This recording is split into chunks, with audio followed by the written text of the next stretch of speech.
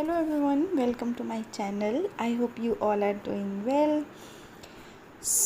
ये देखिए मेरे दिन का हुआ शुरुआत और अभी मैं छील रही हूँ ये आम जो कि है हैदराबाद का स्पेशल आम जिसका नाम है शायद बागमपल्ली। मुझे नहीं पता अगर मैं इसको गलत प्रोनाउंस कर रही हूँ, सो सॉरी फॉर दैट। ये आम पील ऑफ करते करते ना आई वॉज रियली सलाइवेटिंग फॉर था दशहरी और लंगड़ा का। तो हाँ, हम नॉर्थ इंडियंस जो हैं वो फ़ैन होते हैं दशहरी के। पहला दशहरी एंड सेकंड नंबर पे आता है लंगड़ा। और एक और आम है जो कि मैंने बहुत दिन से नहीं खाया है, बम्बैया। अगर आपने बम्बैया आम खाया है तो प्लीज़ मुझे कमेंट में बताइए। यस, आपने ये सुनी सीटी की आवाज़। जी हाँ, ये सीटी जो है वो दाल में लग रही है जो कि मेरे कुकर में पक रहा है। आम को काटते काटते मैंने यहाँ पर तैयारी कर ली है सांभर बनाने की। जी हाँ, आज मैं लंच में बना रही हूँ सांभर और चावल। तो सांभर बनाने के लिए ना कि ये क्विकली बन जाए, जल्दी बन जाए और मेरा टाइम जो है वो थोड़ा सा सेव हो जाए, उसके लिए मैंने वेजीज़ को ना पहले ही चॉप करके रख देती हूँ मैं रात में ही। मैं मोस्टली मैं जो सुबह का मॉर्निंग का जो ब्रेकफास्ट होता है या फिर लंच होता है उसका प्रिपरेशन एक दिन पहले रात में करके रख देती हूँ, क्योंकि मॉर्निंग में मेरे पास टाइम जो है वो कम होता है। मुझे 1 घंटा कम से कम ऑफ़िस का काम करना होता है मॉर्निंग में, और इसके बाद में मुझे अपने घर का क्लीनिंग करना होता है। व्हेन आई से क्लीनिंग, उसमें आता है डस्टिंग, मॉपिंग और स्वीपिंग। ये मेरे लिए सबसे बड़ा हेक्टिक काम होता है। तो मुझे सुबह सुबह वो करना होता है, उसके बाद मुझे ब्रेकफास्ट भी बनाना होता है, फिर करना होता है। तो हाँ, ये सब कैसे कम टाइम में करूँ उसके लिए मुझे थोड़ा सा पहले से ही प्रिपरेशन करके रखना पड़ता है। तो आज जैसा कि मैंने आपको बताया, मैं सांभर बना रही हूँ। और आज मैं सांभर के लिए जो सब्ज़ियाँ हैं ना वो प्रेशर कुकर में नहीं प्रेस कर रही हूँ, वो मैं अलग पका रही हूँ और दाल मैंने कुकर में प्रेस करने के लिए रख दी है। इस सब्ज़ियों को मैंने जो फ्राई किया है वो फ्राई किया है मस्टर्ड ऑयल में। तो मैंने मस्टर्ड ऑयल में ऐड किया राई, उसमें ऐड किया कड़ी पत्ता और फिर प्याज। जब वो सुनहरा लाल रंग का हो गया तो मैंने उसमें ऐड कर दी सब्ज़ियाँ। तो मैं सब्ज़ियों में जो ऐड कर रही हूँ वो है कद्दू, बैंगन और भिंडी। ये कद्दू, बैंगन और भिंडी जो है वो मैं ख़रीद के ले आई थी सब्ज़ी बनाने के लिए। तो जब भी मैं ऐसी कोई हरी सब्ज़ी लेके आती हूँ ना तो उनका एक छोटा छोटा पोर्शन मैं फ्रिज में रख देती हूँ बचा के, जिससे मैं किसी भी दिन जब मेरे पास टाइम होता है या जब मेरा मन होता है तो वीक में एक बार उनसे मैं बना लेती हूँ सांभर। तो इस तरीके से ना आप थोड़ा थोड़ा अलग अलग वेजिटेबल्स, वैसे भी आपके घर में ग्रीन वेजिटेबल्स आते ही हैं, उनको आप थोड़ा सा सेव करके रख लीजिए। और वीक के एंड मतलब लास्ट ऑफ द वीक आप ये बना सकते हैं, जो कि बनाना बहुत इजी होता है। और मैं रमस्टिक अलग से ख़रीद के ले आती हूँ।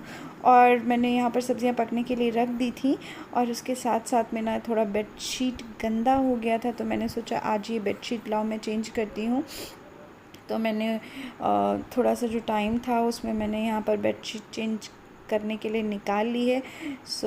मुझे पसंद है कि मेरी चीज़ें ऑर्गेनाइज़ रहें और उतने में ही ऑर्गेनाइज़ रहें जो सामान मेरे पास है, करेक्ट। क्योंकि हर बार आपके लिए पॉसिबल नहीं होता है कि आप नई नई चीज़ें ख़रीद के लाएं और उसको ऑर्गेनाइज़ करें। तो मुझे लगता है जितनी चीज़ें हैं उन्हीं को एक अच्छे से रखा जाए, क्लीन रखा जाए और ऑर्गेनाइज रखा जाए, तो आपका घर जो है वो वैसे ही सुंदर दिखने लगेगा। हाँ, मेरे अकॉर्डिंग जो फर्स्ट प्रायोरिटी होनी चाहिए वो होना चाहिए हाइजीन। और आप हाइजीन मेंटेन करेंगे तो ऑफ कोर्स आप क्लीनिंग करेंगे ही करेंगे। पहला हाइजीन और क्लीनिंग, और दूसरा है ऑर्गेनाइजिंग। आपका जो है क्लीनिंग रहेगा, हाइजीन रहेगा, ऑर्गेनाइज्ड रहेगा सामान, आपका घर का जो एनवायरनमेंट है वो वैसे ही अच्छा हो जाएगा। आपको घर सुंदर लगेगा, साफ़ लगेगा। और जब भी आपका घर जो है वो सुंदर है, साफ़ है, आपको बहुत पॉजिटिविटी लगेगी घर में और आपका मन अच्छा रहेगा। आप जो भी काम करेंगे वो काम करने में आपका मन लगेगा। सो हाँ, मेरे साथ यही होता है जब मेरा घर साफ़ सुंदर और ऑर्गेनाइज्ड रहता है। मैं जो भी काम करती हूँ, ऑफ़िस का हो या फिर मेरा कोई और काम हो, तो मैं बहुत शांत मन से, अच्छे मन से करती हूँ और वो काम अच्छे से हो जाता है। सो हाँ, ये मेरा नेचर है। मुझे चीज़ें ऑर्गेनाइज्ड पसंद है, साफ़ सुथरी पसंद है और मुझे पूरा दिन अपना घर साफ़ चाहिए रहता है। तो जो भी चीज़ें मेरे पास हैं उसको ही मैं कोशिश करती हूँ कि मैं अच्छे से रखूँ, ऑर्गेनाइज्ड रखूँ। यहाँ पर ना मेरे हस्बैंड किचन से आम ले आए थे और वो बोल रहे थे इतना देर से काट के रखा है, चलो खाते हैं। और आज ना मैंने ये आम को लंबा लंबा चॉप किया था, क्योंकि यूजुअली मैं चॉप करती हूँ क्यूब्स में, उसको हम फोक से खाते हैं, लेकिन आज मैंने थोड़ा अलग तरीके से चॉप किया। और इसमें ना मैंने वो खटाई जो सोख करके रखी थी वो ऐड कर दी थी। और सब्ज़ियाँ जो हैं जब आपकी 80% कुक हो जाएं तभी आप उसमें दाल डाल दीजिए। अगर सब्ज़ी पूरी कुक हो जाएगी ना तो फिर जब आप दाल डालेंगे और 2-3 मिनट उसको बॉईल करेंगे तो वो ओवर कुक हो जाएंगी सब्ज़ियाँ और बहुत ज़्यादा गल जाएंगी। तो अगर आप सब्ज़ियों को ना एकदम पीसेस में अच्छे से आपके सांभर में चाहिए आपको, तो आप अपनी सब्ज़ियों के सिर्फ 80% ही कुक करिए और 2-3 मिनट या 4 मिनट आप दाल के साथ कुक होने दीजिए। तो यहाँ पर मैंने अरहर की दाल को प्रेस किया था हल्दी और नमक डाल के। अब मैं थोड़ा सा पानी इसमें और ऐड करूँगी, क्योंकि मुझे सांभर जो है वो थोड़ा वाटरी अच्छा लगता है, ज़्यादा थिक सांभर नहीं अच्छा लगता। और जब भी मैं सांभर बनाती हूँ ना तो मैं अपने लिए स्टोर कर लेती हूँ नेक्स्ट डे के लंच के लिए। तो क्योंकि मुझे सांभर और चावल बहुत अच्छा लगता है तो मैं एक दिन में ही नहीं खाती हूँ। मेरे हस्बैंड तो यूजुअली नहीं प्रेफर करते हैं नेक्स्ट डे खाना, लेकिन मैं अपने लिए रख लेती हूँ और मैं उसको नेक्स्ट डे खाती हूँ। सांभर का टेस्ट और अच्छा हो जाता है। सो यहाँ पर जब तक ये सांभर में बॉयल आ रहा है तब तक ना मैंने इसको एक बार और चलाया और उसके बाद में मैं इसको ढक दूँगी। और फिर मैं जो बेडशीट मैंने निकाली है वो मैं आज के आज ही धुलने का प्लान कर रही हूँ। और यहाँ पर देखिए मैं चावल भी चढ़ा दूँगी कि मेरा ये किचन का जो काम है वो ख़त्म हो जाए और फिर मैं अपना आम खाऊँगी। उसके बाद ना मैं अपनी बेडशीट धुलूँगी और फिर नहाऊँगी। जब भी आप सांभर बनाते हैं ना तो उसका 2 एडवांटेज होता है। एक तो होता है आपका सांभर बन जाता है और दूसरा जो एडवांटेज है वो ये है कि आपकी कढ़ाई चमक जाती है। हाँ, ये देखिए क्योंकि हम उसमें खटाई डालते हैं ना, तो ये देखिए वो कढ़ाई ना मैंने बस स्क्रब से बहुत हल्के हाथ से क्लीन किया। और जो ये लोहे की कढ़ाई होती है जिसको कि क्लीन करना इज़ अ बिग टास्क, वो देखिए कैसे चमक के साफ़ हो गई है। यहाँ पे रोशनी थोड़ी अच्छी नहीं आ रही थी, यहाँ देखिए। फाइनली अभी मेरा थोड़ा सा नहीं, ऑलमोस्ट 80% काम ख़त्म हो गया है। मैंने खाना बना लिया है, कढ़ाई क्लीन करके रख दी है और मैंने जो अपना बेडशीट अभी चेंज किया है उसको गर्म पानी में भिगो के रख दिया। अब मैं ये मेरे मैंगोज़ जो कि यहाँ पर कट के रखे हुए हैं वो मेरा वेट कर रहे हैं कि मैं उन्हें खाऊं। तो मैं मैंगोज़ ख़त्म करूँगी, उसके बाद मैं जाऊँगी थोड़ा 5-10 मिनट रुक के मैं जाऊँगी, जो बेडशीट है उसको क्लीन करूँगी। उसके बाद मुझे आज हेड वॉश करना है क्योंकि कल मैंने ऑयलिंग किया था और आज मुझे अपना हेयर वॉश करना है। उसके बाद फिर आऊँगी, फिर खाना खाऊँगी, फिर मेरा ऑफिस शुरू हो जाएगा। कितना बिजी स्केड्यूल है ना, क्या कर सकते हैं। चलिए मिलते हैं आपसे। यहाँ पर मैं अपनी कलरफुल तो नहीं कहूँगी, हाँ येलो कलर के मैंगोज़ का जो है वो टेस्ट ले रही थी, लेके खा रही थी और साथ में मुझे भूख भी लग गई थी क्योंकि मैं सुबह से कुछ काम भी कर रही थी। मैंने ना ये आज जो है वो मैंगोज़ को स्लाइस में ना कट करके, पीसेस में ना कट करके लंबी लंबी स्लाइसेस में चॉप किया था और मुझे ऐसे खाने का मन था। लेकिन मैं चूँकि फॉक ले आई थी किचन से, मैंने उसका यूटिलाइज़ करने का कोशिश किया, जो कि नहीं रहा हुआ। और यहाँ पर देखिए मैंने खाया और फिर मैं नहाने चली गई थी। फिर नहाने के बाद जो है वो मैं आके मैंने थोड़ा सा पूजा किया। उसके बाद मैं खाना निकाला हमने और मैंने और मेरे हस्बैंड ने खाना खाया। खाना खाने के बाद मेरे पास अराउंड 20 मिनट्स का टाइम बचा था अपने ऑफ़िस के लिए बैठने से पहले। तो मैंने सोचा कि जब थोड़ा सा टाइम है तो चलो खुद को पैम्पर ही कर लेते हैं। सो यूजुअली बाल धुलने के बाद मुझे ये जो थोड़ा हेयर केयर का प्रोसेस है वो मैं फ़ॉलो करती हूँ। तो ये मैं लगा रही हूँ हेयर वेटलाइज़र। सो ये जो प्रोडक्ट आप मेरे हाथ में देख रहे हैं, ये मेरी चॉइस बिल्कुल भी नहीं थी शादी से पहले तक, क्योंकि इट्स लिटिल एक्सपेंसिव। हम अगर मिडिल क्लास फैमिली की बात करें तो फॉरेस्ट एसेंशियल के प्रोडक्ट जो है वो यूज़ करना थोड़ा सा कॉस्टली लगता है, और मेरा प्रेफरेंस तो कभी नहीं था कि मैं अपने ऊपर बहुत ज़्यादा पैसा खर्चा करूं।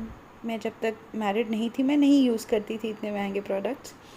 जिनके पास पैसा है उनके लिए महंगा नहीं है, उनके लिए नॉर्मल है। बट हाँ, जिनके पास पैसे की थोड़ी कमी है लाइक मेरे पास, तो मेरे लिए ये it was a big task. लेकिन शादी के बाद जब मैं अपने हस्बैंड के साथ रहने लगी तो मेरा हेयर फॉल हो रहा था। तो वन डे ही सेड कि चलो कुछ प्रोडक्ट्स लेके आते हैं, and he took me to Forest Essentials, जहाँ पर ना मैंने बताया कि मेरा हेयर फॉल हो रहा है ऐसे से, और वो ना प्रोडक्ट निकालते चले गए। मैम ये है हेयर ऑयल, ये है शैम्पू, ये है हेयर वेटलाइज़र, ये है हेयर थिकनर, आपको ये सब यूज़ करना पड़ेगा।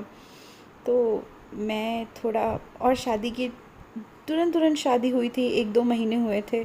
तो मैं प्राइस तो मैंने देखा और मैं सरप्राइज्ड थी प्राइस देख के, और मुझे अगर मैं अकेले होती तो मैं कभी भी नहीं लेती। और हाँ, अगर शादी के 1-2 साल बाद ये इंसिडेंट होता तो भी मैं मना कर देती। लेकिन उस टाइम एक होता है ना, इम्प्रेशन था, और मुझे लगा कि सामने वाला जो है वो बोल रहा है कि ले लो, और अगर मैं नहीं बोलूँगी तो he will look for a reason कि क्यों नहीं ले रही है। उस टाइम मुझे लगा अगर मैं बोलूँगी कि मैं नहीं लूँगी तो मेरी बेइज्जती होगी, तो इसलिए मैंने नहीं बोला कि मैं नहीं लूँगी, मैंने ले लिया। और ये सारे प्रोडक्ट्स ना मैं तब से यूज़ कर रही हूँ, and I really liked it. हाँ, थोड़ा एक्सपेंसिव है, लेकिन अगर आप यूज़ करेंगे तो आपको लगेगा कि इट्स वर्थ यूजिंग इट, और आपको लगेगा आप यूज़ करते रहो। सो हेयर केयर का ही प्रोडक्ट नहीं लिया था, हमारे लिए लिया गया था फेस केयर भी। उसमें जो उन्होंने दिया, मतलब जो शॉपकीपर ने, वो लोग इतने स्मार्ट होते हैं ना, उनको बस एक मौका चाहिए। वो एक बार देखते हैं कि आप ले रहे हो ना, वो आपको पूरी दुकान दिखा देते हैं। तो यहाँ पर हमने बहुत सारे प्रोडक्ट्स लिए थे। सो अगर मैं बात करूँ फेस केयर की, तो हमने लिया फेस वॉश, उसके बाद एक उपटन है जो कि आपने मुझे देखा होगा लगाती हुए, वो लिया। और उसके बाद में ना उन्होंने फेस वॉश के बाद यूज़ करने के लिए ये तेजल नाम का प्रोडक्ट है वो दिया, जिसको कि आपको फेस वॉश करने के बाद ऐसे टैप टैप करके लगा के थोड़ी देर के लिए छोड़ना होता है। फिर उसके बाद जो है वो आती है क्रीम। सो क्रीम जो है वो मैं कहूँगी अच्छी है, लेकिन एक्सपेंसिव है। मैं बिल्कुल कहूँगी एक्सपेंसिव है, क्योंकि जिनके पास पैसा है उनके लिए नहीं एक्सपेंसिव है, बट जिनके पास पैसा नहीं है लाइक मी, उनके लिए बहुत एक्सपेंसिव है। तो और उसका एक एडवांटेज ये है कि उसमें SPF जो है ना वो 50 है। तो अगर आप केवल क्रीम लगा रहे हैं तो आपको सनस्क्रीन लगाने की ज़रूरत नहीं पड़ती है। सो मुझे इनका जो फेस केयर है, स्किन केयर है, वो बहुत अच्छा लगा। और मैं ये क्रीम जो है वो मेरी चल गई, अभी मैंने दोबारा नहीं लिया है, 1 साल से ज़्यादा हो गया है इसको मुझे यूज़ करते हुए, 2 साल हो जाएंगे लगभग।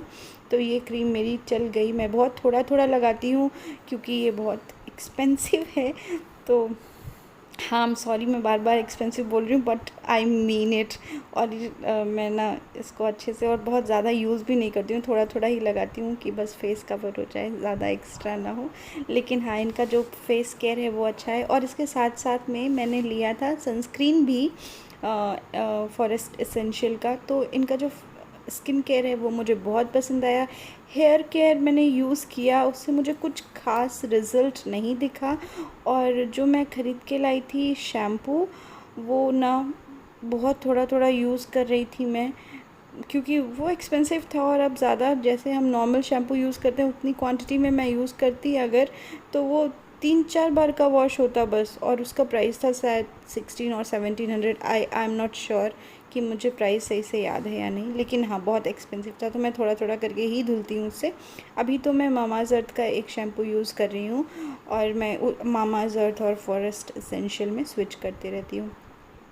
सो यस, यहाँ पर हो गया था मेरा hair care and face care, I mean skin care. उसके बाद मैं लगा रही हूँ ये लिप पे कुछ लिक्विड। ये लिप बाम बिल्कुल नहीं है, ये वही सोल्यूशन है जो कि है वर्जिन कोकोनट ऑयल और विटामिन ई का। ये बहुत अच्छा है।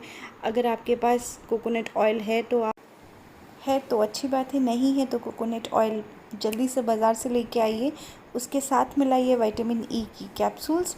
एक छोटा सा डब्बा लीजिए, या कांच का ग्लास, आई मीन कांच का कोई कंटेनर है आपके पास तो उसमें दोनों मिक्स करिए और अपने पास स्टोर करिए। बहुत अच्छा है स्किन के लिए।